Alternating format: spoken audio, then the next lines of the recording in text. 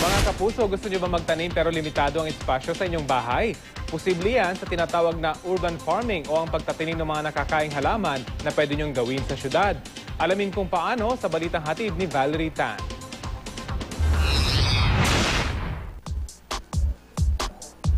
Mixed vegetables, talbos ng kamote at sawsawang suka. Ito ang mga paboritong ulam ng business consultant at urban farming advocate na si Moji Ramos Aquino. Bukod sa healthy na, nakatitipid pa siya dahil inaani niya mismo ang mga ito sa kanyang urban farm. Urban farming ang tawag sa pagtatanim ng mga halaman, gulay at prutas sa mga bakuran o maliit na espasyo sa bahay. Kahit saan, sa syudad o kung saan man, wala kang lupa, sementado yan, pwede kang magtanim. Nakahiligan ni Moji ang pagtatanim dahil sa kanyang lolo na nagturo sa kanya noong bata pa siya.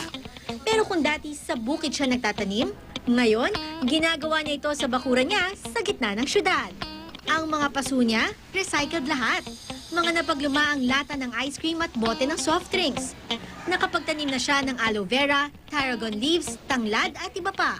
Kaya ako sa umaga, kapag umiikot ako, nagdidilig ako, sabay kuha na, no? Tapos konting hugas, kain. By the time na matapos ako magdilig, busog na ako sa dami ng kinain kong mga dahon-dahon. Hindi na po kailangan linisin yan. Hindi na kasi malinis nga ito dahil sarili ko itong urban farm. Lipad naman tayo sa Singapore kung saan trending din ang urban farm.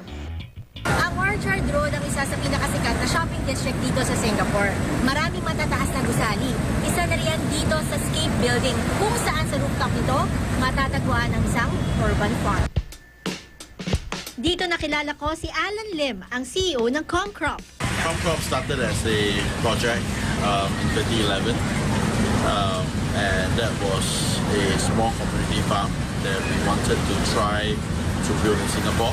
We practice a technology called aquaponics here, in which we have a fish that we cultivate, and the wastewater from the fish is then used as nutrient for the plants. Ang ugat naman ng halaman nakatutulong sa paglilinis ng tubig para sa mga isda. Umaani sila ng cherry tomatoes at fresh herbs tulad ng basil at mint na binibenta nila sa mga hotel at restaurants.